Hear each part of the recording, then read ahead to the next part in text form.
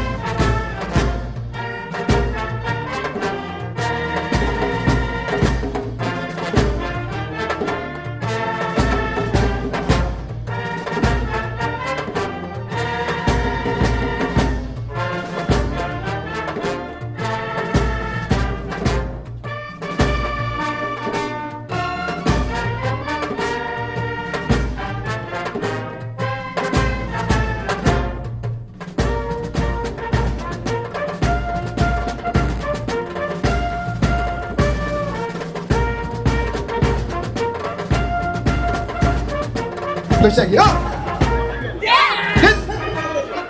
alors boss Chalia bien donc c'est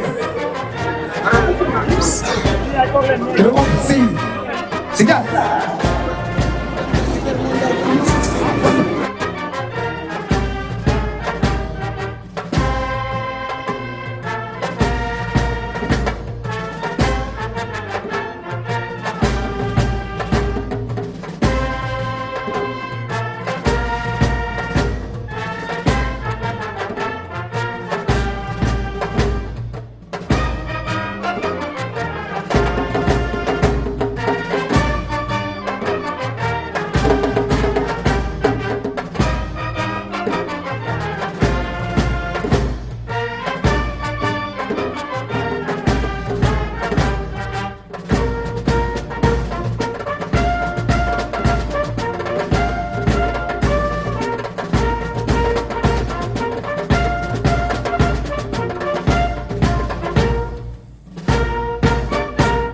jërëjëf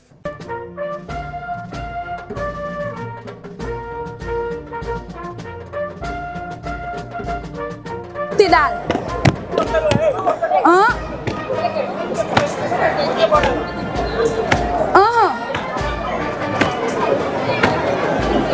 خف اعتدال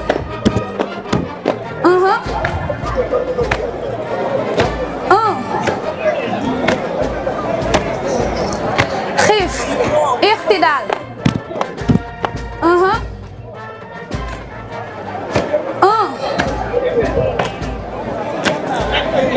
خف اعتدال واحد اثنين ثلاثة أربعة خمسة Ndawi tay ñu jóg jaamu suñu borom ndawi tay ñu jóg roy yoonenam ndaw lu bëgg texe day jaamu borom woote jom si muñ bépp lor day sa kër la buy jeex àdduna bànneex tam néew na kër bu l'islam ku sabu war jeex ku fàtte bàmmeel kër la bu xaat mbugal yaatam salaamaaleykum soxna Ndeye. maaleykum salaam soxna Yacine. soxna Ndeye man de dama lay laaj bés bii tey nga xam ni partout dans le Sénégal ñu koy fêté lu ko waral. soxna Yacine comme ni ko waxee bés bii tey di 4 avril di nekk suñu bésu indépendance partout dans le Sénégal ñu koy fêté nga xam ni. Sénégal Sénégal Sénégal Sénégal moom moo di suñu gaal Sénégal Sénégal Sénégal Sénégal Sénégal El Hadji Malick Sy Sénégal Sénégal Sénégal Sénégal résistant de l'Interdiop, Alboury Ndiaye et Maba Diakhou Ba. Sénégal Sénégal Sénégal Sénégal Sénégal présenté à la radio Conférence. En tout cas, il a les eaux. Vice-champion du niveau national. Aïcha. Bizia sous hôtelier Kopi.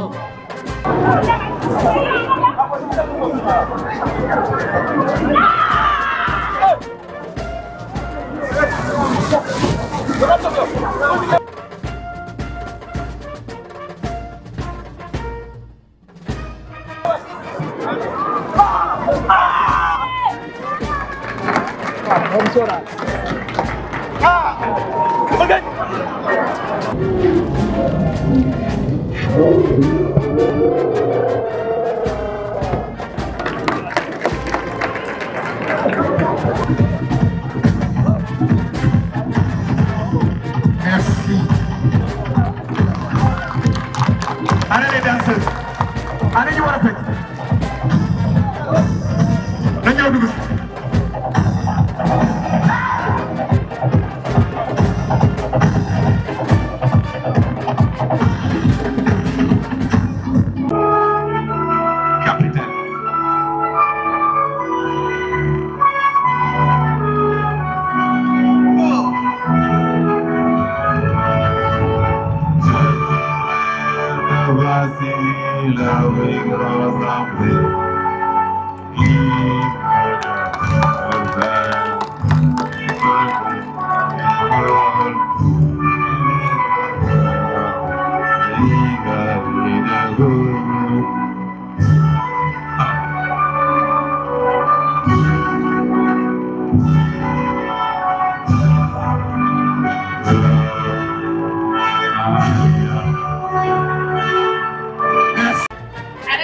il faut alerter mooy foog ñu woote wala parce que bu dee kese la fu nga woote ñi yow jàmbale la te yàlla tax donc ngay wootee booy wootee da nga yor numéro téléphone fi nga dëkk fan la accident fan la amee nombre de blessés et maintenant il va secourir maintenant comment secourir une victime c'est important ñu ngi xam loolu écoute la conscience c'est important ñu xam ndax nit ki daanoon est-ce que xelam mu ngi fi wala nekk fi mais ñu xool ndax mu ngi nokki nekk bu baax wala nokki nekk mu ngi nooy wala nekk ñu fa LVA libération des voies aériennes lépp loo xamante dafay gêner la respiration mu soutien gorge ceinture lépp loo xamante que mën a am ay jafe-jafe pour mën a dund.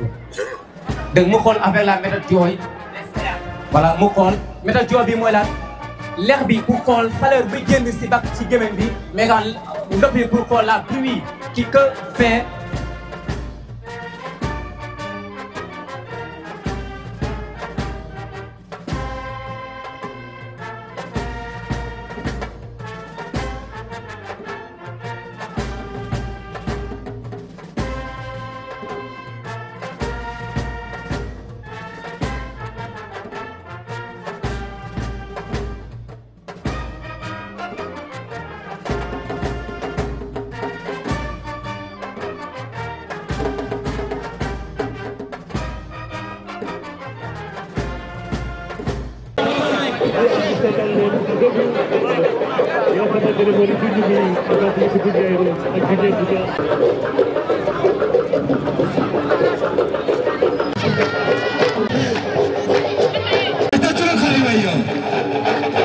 Merci, on va se voir.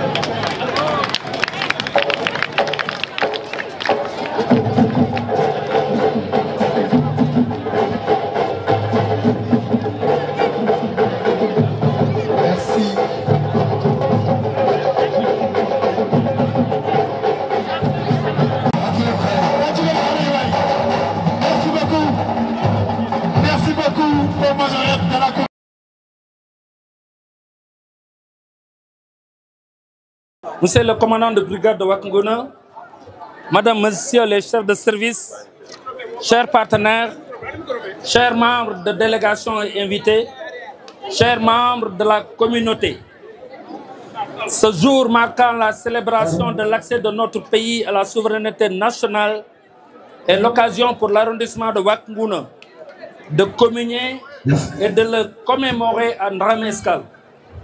Par cette décision, monsieur le sous-préfet et cher maire, vous avez honoré la commune de Ndramé Escale et démontré que les collectivités territoriales de l'arrondissement de Wack Ngouna sont prêtes à relever ensemble les défis pour l'atteinte des objectifs de développement et la cohésion sociale. Dans cette optique, nous sommes pleinement engagés à soutenir les efforts de l'État par la promotion du développement social, par l'appui des personnes défavorisées ou vivant avec un handicap. La promotion de l'agriculture par la réalisation de fermes agricoles, la facilitation de l'accès aux services sociaux de base, dont la santé, l'éducation, etc. La promotion des infrastructures communautaires, la promotion de l'emploi des jeunes et des femmes. Monsieur le sous-préfet de l'arrondissement de Wack Ngouna, par la constance et l'accompagnement et votre accompagnement, vos conseils et la diligence que vous apportez au traitement de nos dossiers, vous prouvez que vous êtes un homme de développement et un digne représentant de l'État du Sénégal. Permettez-moi de remercier les services techniques, les partenaires dans leur ensemble, Plan International Provar CV, Ancar Caritas 3CL, Yas Orange Expresso, CCPA, Palam Extra, pour leur accompagnement, et aussi le commandant de la brigade de Wack Ngouna qui travaille sans relâche pour la sécurisation des personnes et des biens. Nous n'oublions pas bien sûr les commissions, membres de la société engagée qui nous accompagnent au quotidien dans ce même cadre. J'adresse mes chaleureux remerciements à mes collègues maires de l'arrondissement de Wack Ngouna et aux équipes municipales qui, sans leur accompagnement, la tenue de cet événement à Ndramé Escale ne serait pas advenue. Nous avons une pensée pieuse pour les conseils et les chefs de village disparus qui ont aussi contribué au développement de la collectivité. J'adresse mes chaleureuses félicitations au comité d'organisation et aux participants à ce défilé qui, durant ces derniers jours, se sont investis sans contrepartie pour la réussite de cet événement. Merci pour votre aimable attention. Bonne fête de l'indépendance. Je vous remercie.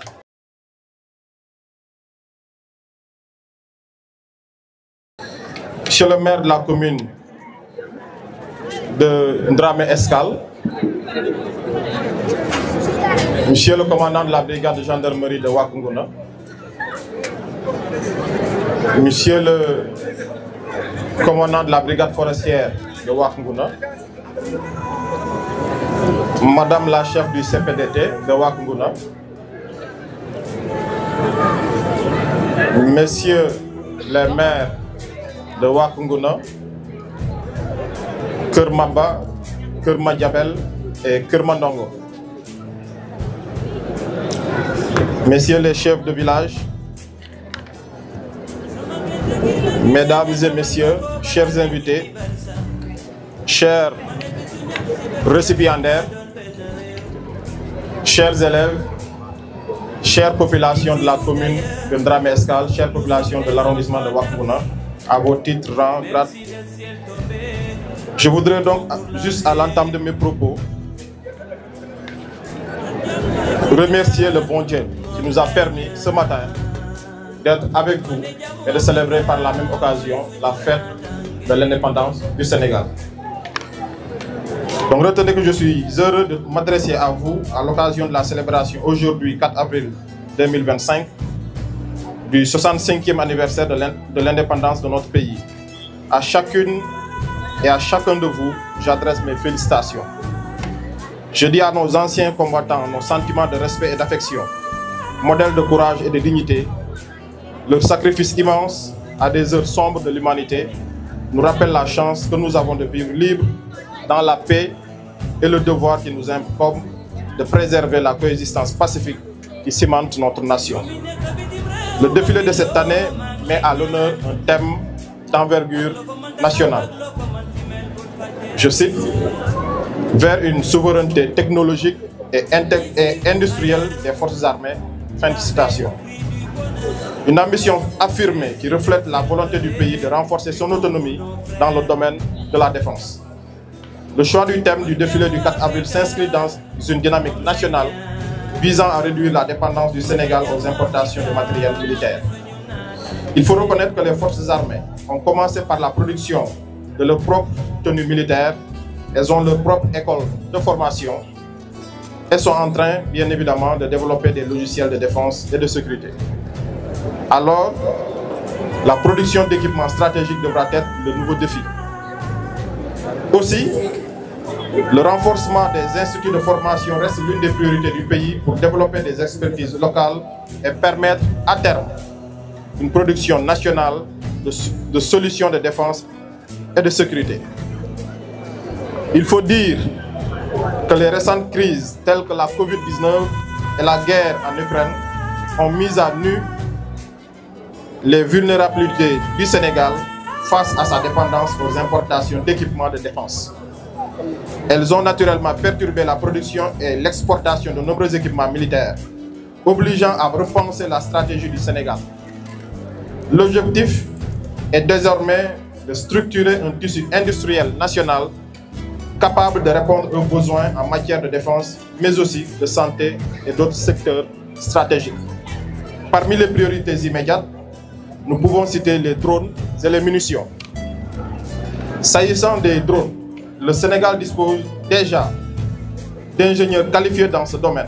Avec un soutien financier et technologique approprié, il pourra dans un avenir proche produire des drones made in Sénégal. Concernant les munitions, le pays regorge des ingénieurs en balistique et en fabrication de munitions. Grâce à la coopération internationale, il est prévu d'installer une unité industrielle pour produire des munitions de petit calibre. Ces initiatives visent à garantir une autonomie accrue des forces armées sénégalaises en matière d'équipement et de logistique. Dans cette dynamique d'industrialisation, le Sénégal a déjà lancé la construction d'une usine de production de véhicules militaires à Baké. Cette usine permettra d'adapter les véhicules aux réalités du terrain sénégalais et de répondre aux besoins logistiques de l'armée. C'est un premier pas vers une montée en puissance du pays dans l'industrie de défense.